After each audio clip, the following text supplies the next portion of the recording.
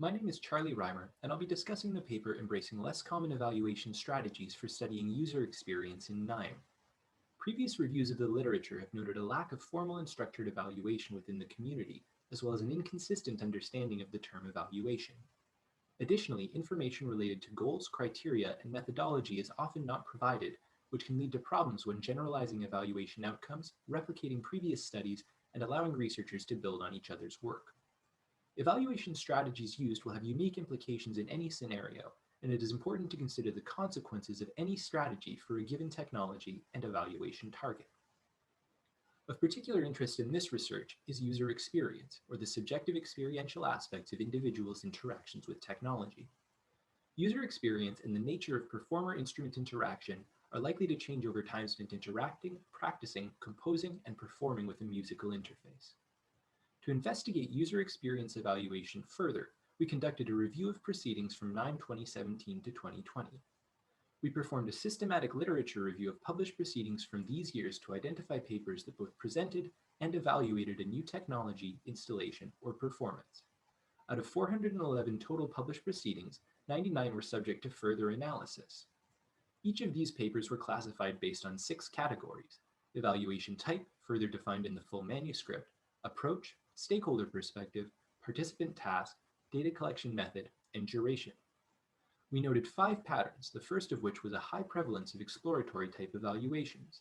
Technical evaluations were not included in the remainder of the analysis, as these did not specifically address aspects of user experience.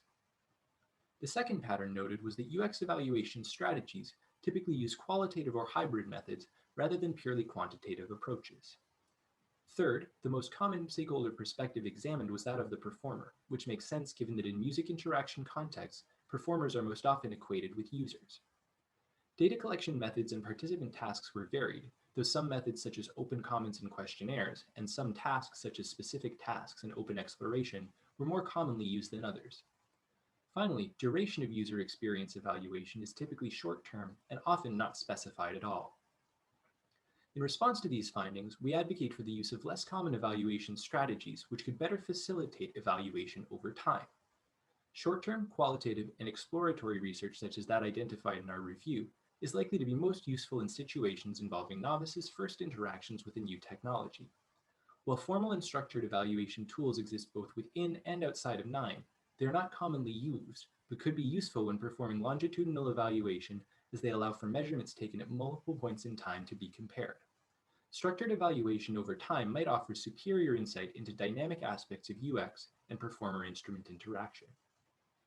One avenue for expanding researchers' evaluative toolkit is through the use of these less common strategies for examining dynamic aspects of UX. A useful target for longitudinal studies is the development of skill and technique, which inevitably occurs over time. Related to skill development are hedonic and cognitive factors, which refer to user affect and psychological constructs. For instance, individuals encountering an interface for the first time could experience frustration and stress, which might lessen as they develop skill and comfort with an interface.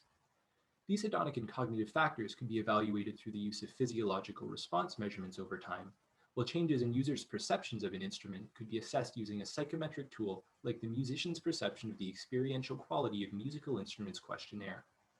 To summarize, we believe that formal and structured evaluation tools from within and outside NIME show potential for studying dynamic aspects of UX over time and providing meaningful and replicable results for the community. Thank you.